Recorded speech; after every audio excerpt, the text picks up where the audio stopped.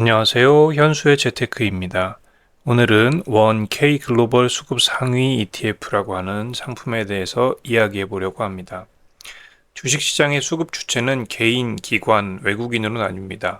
개인이 제일 성적이 나쁜 것은 모두 알고 있죠. 가장 성적이 좋은 것은 보통 외국인입니다. 오늘은 이런 외국인이 사는 종목을 따라 사서 시장 대비 초과 수익을 추구하는 ETF가 있어서 알아보려고 합니다. 참고로 이 영상은 슈카월드 코믹스 채널을 보다가 소개된 것을 보고 흥미가 생겨서 찾아보게 되었습니다. 광고 영상이니까 당연히 좋게 포장한 내용이긴 하겠지만 상품이 상당히 재미가 있어 보이더군요.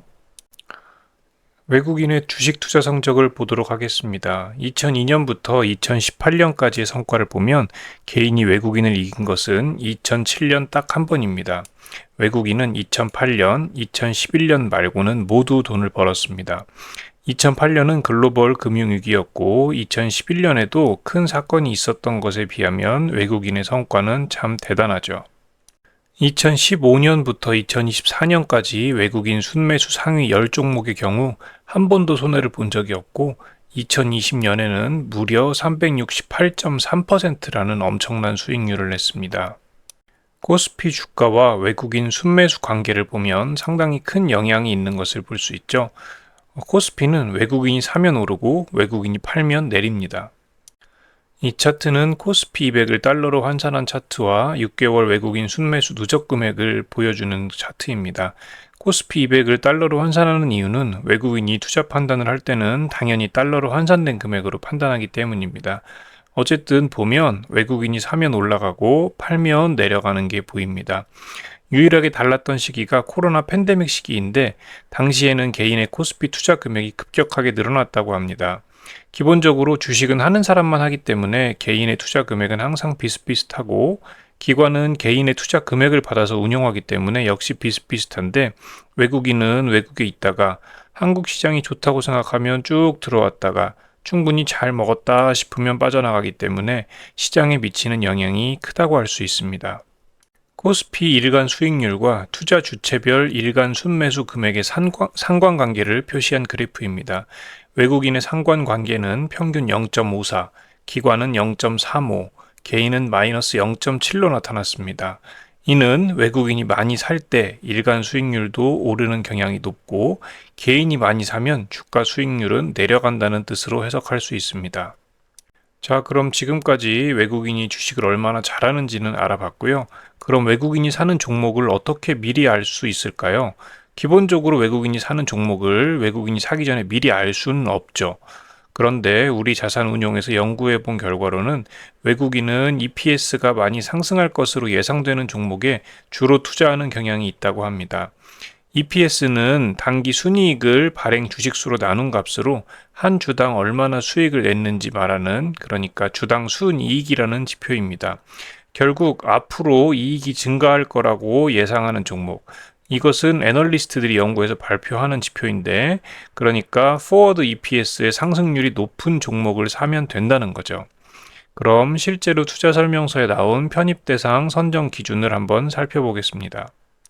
기초 유니버스는 KRX 300 지수의 구성 종목을 사용합니다. 어느 정도 규모가 있는 종목에만 투자합니다.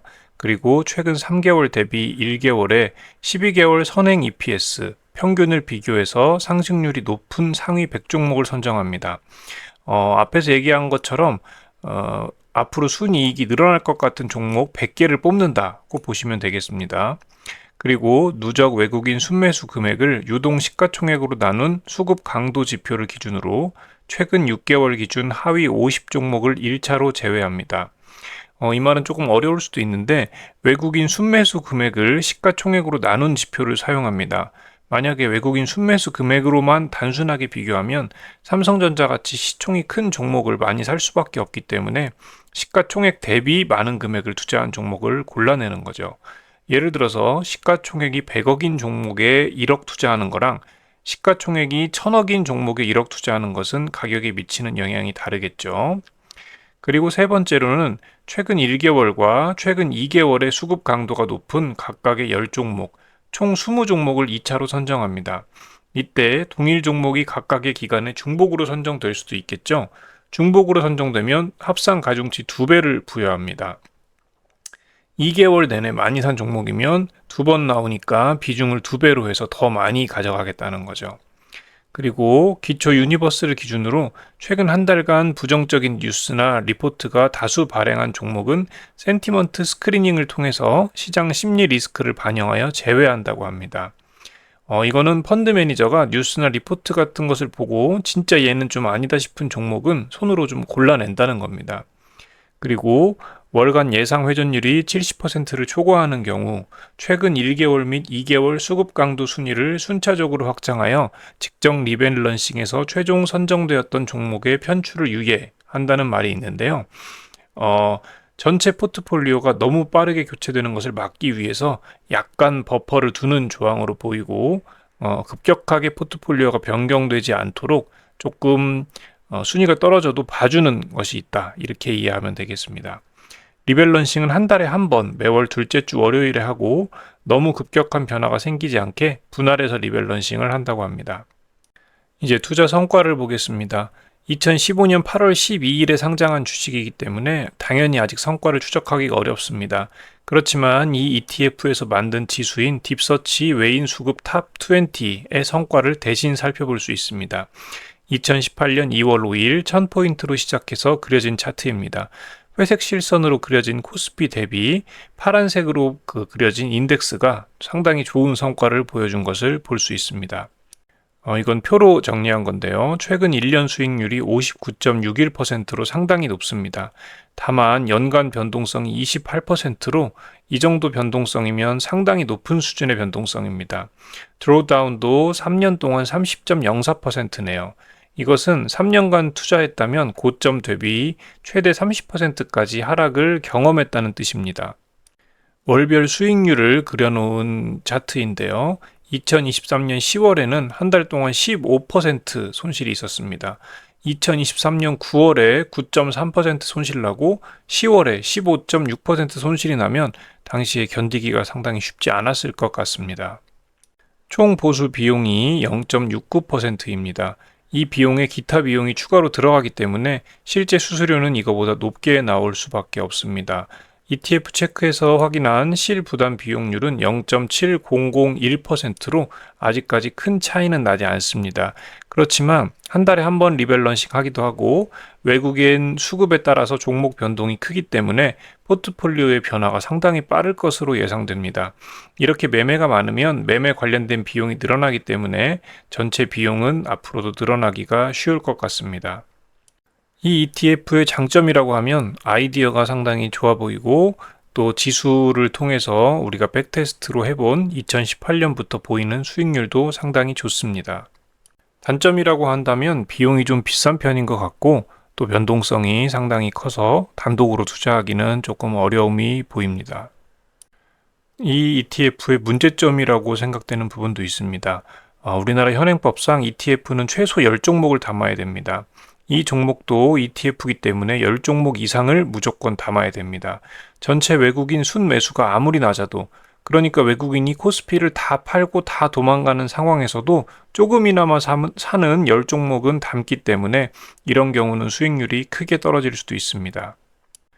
외국인 증권 투자 현황을 보면 외국인이 시가총액 대비 몇 %나 보유하고 있는지를 알 수 있는데요. 외국인이 투자 금액을 늘리면 나도 ETF 투자 비중을 늘리고 외국인이 투자 금액을 낮추면 나도 ETF 투자 비중을 낮추는 식으로 전체 ETF의 비중을 조절할 필요가 있어 보입니다. 외국인들은 다 팔고 현금 보유하고 있는 중인데 나는 외국인이 팔고 남은 찌꺼기 종목 10개 들고 있으면 사실 내가 외국인 설거지해주는 꼴이 될 수밖에 없죠. 외국인 투자 현황을 차트로 그려본 그림인데요. 수익률이 나빴던 2023년 9월과 10월을 보면 외국인 보유 금액이 감소하고 있는 시점과 맞아 떨어집니다. 다른 부분도 수익률과 얼추 비슷한 경향을 보이고 있습니다. 아까 위에서 보여주었던 월간 수익률 차트와 외국인 보유 금액을 같이 그려보면 외국인 보유 금액이 줄어들면 기초 지수의 수익률도 같이 내려가는 경향성을 볼 수 있죠. 외국인 보유 금액이 줄어들면 전체 포트폴리오에서 이 ETF의 비중을 좀 낮추고 외국인 보유 금액이 늘어나면 다시 이 ETF의 비중을 늘리는 식으로 조절이 필요해 봅니다. 우리 자산 운용에서 이것까지 반영한 재간접 ETF를 하나 더 출시해도 괜찮지 않을까 싶습니다. 코스피 전체에 대한 외국인 순매수가 줄어들 때 일정 부분 해지할 수 있는 ETF와 두 개로 묶어서 비중 조절을 해주는 거죠. 예를 들어서 외국인 순매수 금액을 일정 기간 동안 평균한 다음 외국인 순매수 금액이 평균보다 높아지면 이 K 글로벌 수급 상위 ETF의 비중을 올리고 순매수 금액이 평균보다 낮아지면 비중을 낮춘다든지 하는 방식으로 조절하는 거죠. 결론적으로는 상당히 하이리스크 하이리턴 ETF고 비용도 높은 편입니다. 시장을 이기는 알파를 찾아다니는 분들이라면 포트에 일정 부분 넣어봐도 괜찮을 것 같습니다. 특히 정부에서 코스피 거버넌스 개혁을 추진하고 있는데 이 개혁이 잘 된다면 외국인 투자자의 투자 선호도가 더 높아질 가능성이 높으니까 정부 개혁이 잘 될 거라고 생각한다면 매력도는 더욱 올라가겠습니다. 다만 코리아 디스카운트의 원인이 북한이라거나 PBR이 10이라거나 하는 소리를 듣고 있으면 사실 정책의 신뢰도가 의심스럽긴 합니다. 그래도 여러분의 성공적인 투자를 기원합니다. 시청해주셔서 감사하고요. 또 같은 내용을 블로그에서도 보실 수 있으니까 관심 있으신 분들은 찾아와 주세요. 네, 그럼 여기까지 하겠습니다. 감사합니다.